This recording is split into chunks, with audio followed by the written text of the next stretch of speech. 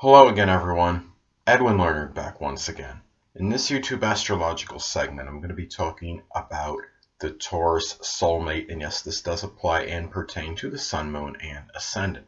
Well, anyway, people, first thing I'll look at as far as the Taurus Soulmate goes, or I should say potential soulmates for Taurus, well, I look at the sign that is opposite Taurus, and that is Scorpio in a solar or natal chart. Of course, Scorpio will fall on the 7th house cusp, and that, of course, is the house of marriage. And Scorpio can often be that soulmate and that significant other for Taurus. Now, they actually mean when it's not a significant other situation, a situation could be very contentious due to both signs being very stubborn and willful. But in a significant other situation, this could be a great match for Taurus. Taurus, they have such a peaceful and tranquil nature. They could calm down the more emotionally intense Scorpio personality. They can give calmness and peace, tranquility to Scorpio's life. And Scorpio is about transformation. Taurus doesn't they have a hard time extricating themselves from various situations in life. It means Taurus will even stay in friendships that are detrimental to them, jobs that are as well. But Scorpio can bring that strong sense of transformation to Taurus and help them make that major change when is necessary. And keep in mind too, Scorpio is not just ruled by Pluto, it's ruled by Mars as well. Scorpio, it can be rather action oriented, and they could get Taurus's button gear, so to speak, and get them to move and do certain things maybe they wouldn't have done otherwise, take action on certain things. And anyway, and the thing about it is, Taurus, as far as a sexual match goes, chemistry would be great and awesome for these two, because Taurus could be very sensual and demonstrative, while Scorpio, their sex urge, of course, is off the charts. So anyway, now another sign to look at as far as a potential soulmate for Taurus, Virgo. Virgo is very, an earth sign, of course, and it's trine by sign, and Virgo can be very punctual and reliable. Taurus brings dependability to a relationship. Taurus is also very loyal and steadfast. These people generally wouldn't have to worry about one person not being there for the other in terms of being somewhere at a certain time. There's a strong sense of dependability and reliability when these two get together. And Virgo can help Taurus by perhaps encouraging them to eat healthier. I'm sure there's a number of Taurus people out there that are very health conscious, but there's a lot that don't really emphasize that. Virgo on average will emphasize that more than Taurus. And also Taurus will help us steady Virgo's nervousness. Virgo can have a propensity to worry, and Taurus will help calm those nerves, so to speak, and I think that's one really good thing about this relationship. So, and also Virgo can bring that mental aspect more into the relationship. And both signs are very pragmatic and very practical. So, and both aren't inclined to spend money that much unless it's necessary. Virgo can be very frugal and economical. Taurus is not inclined to spend. They are very economical as well. Now, another sign that could be a potential soulmate for Taurus is Capricorn. Now, Taurus and Capricorn, of course, they're both earth signs. They're trine by sign, both very premeditative and prudent, economical. Capricorn is inclined more toward being astute in business matters and having good business acumen and sense. Well, Taurus just in general can have very good financial acumen. I think in many cases you could find a Taurus and Capricorn not just in their love relationship, but they could have a business connection as well, due to the fact that Capricorn can be very astute in business matters, and you have Taurus that is very good and has very good economical sense in general, and can really be very adept in terms of generating income. So, and the thing too is though that the Capricorn is a little bit more serious than Taurus on average, and Taurus can have actually a stronger sense of humor than people are often cognizant of. They could bring a little element of maybe some joy and maybe some humor, incorporate humor more into the relationship.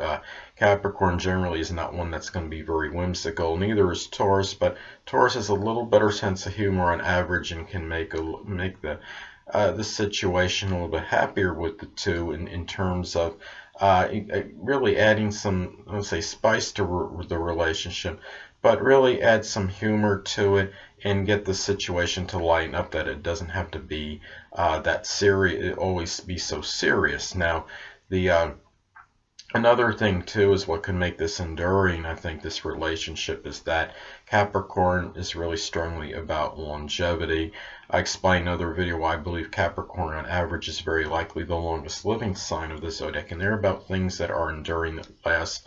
Taurus seeks stability, so it's a real, this is a potential for a very stable and long and enduring relationship. Now, talk about Pisces as a potential soulmate. Well, Pisces, Taurus and Pisces, of course, they are sextile by sign. They can be very compatible.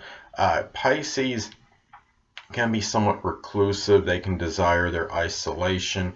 A lot of it is because a lot of times they just like to go into their own fantasy world, whether they're playing some game online or they're just engrossed in a very good book, often like a fantasy novel, playing some video games, whatever it might be. And Taurus just simply, they like their privacy and they can be homebodies.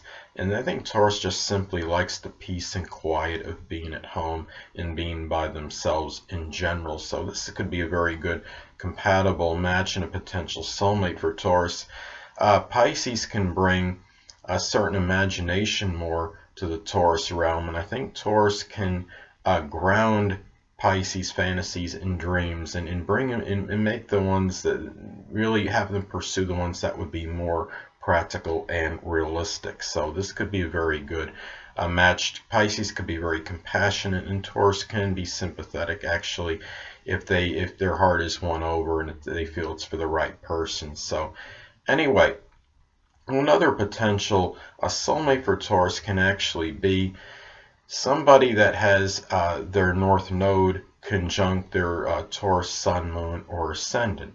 Now, a lot of this, is about whether the Sun, Moon, Ascendant Taurus person could be very instrumental in developing those the person with the North Node, their attributes, because that's what the North Node person is trying to do, is aspiring to do generally. So, and someone has a Taurus Ascendant, for example, they would have the characteristics that would match the attributes that the North Node person is trying to develop. So that can be a good match, potential match for Taurus as well.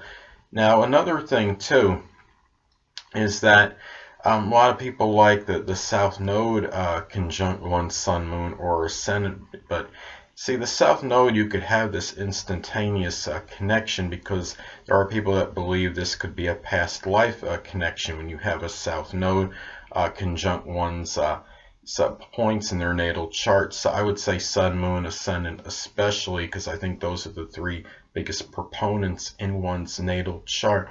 But the thing about it is that the South Node person could actually be draining or depleting the vitality and stamina energy of the Sun, Moon, or Ascendant person. If it's the Sun or the Ascendant, it could very well be that vitality and that energy.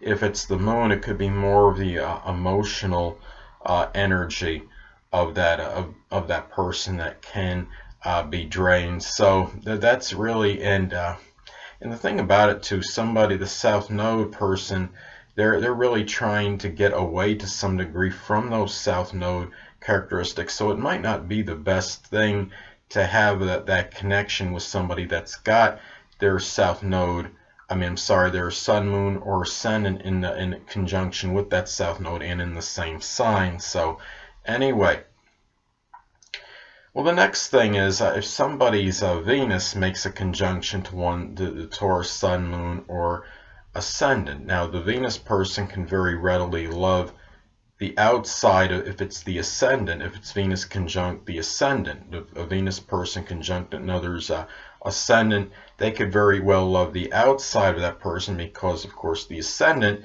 represents our appearance and our outer self, and loves the outer demeanor and characteristics that are projected easily. If it's Venus conjunct the Sun, well, they might like the inner self. They're attracted to the inner, the true self of the person, which is the Sun sign.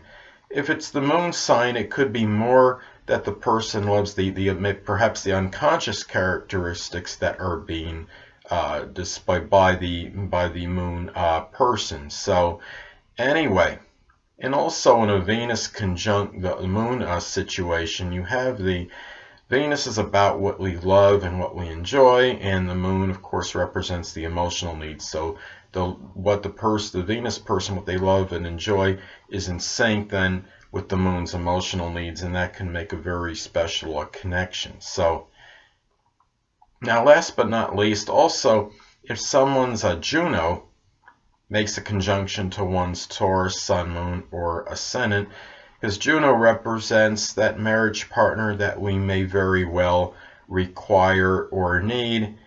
And if it conjuncts one's the other person's Sun, Moon, or Ascendant, then they could be readily expressing those characteristics of that marriage partner that person with the Juno placement is actually needing or requiring. So it would be a very good combination right there as far as synastry goes, compatibility aspect.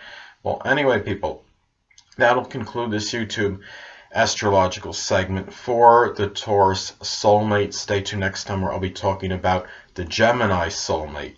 Two things I want to get with you on before I head out. Firstly, the stars may impel, but do not compel. And secondly, never isolate any single astrological element, aspect, planetary placement, position, configuration, influence, or what have you, and make an analysis of a person, astrologically speaking, based on this alone, because astrologically speaking, the person is the sum of all their components in their natal chart, and not just one. Until next time, people, stay well.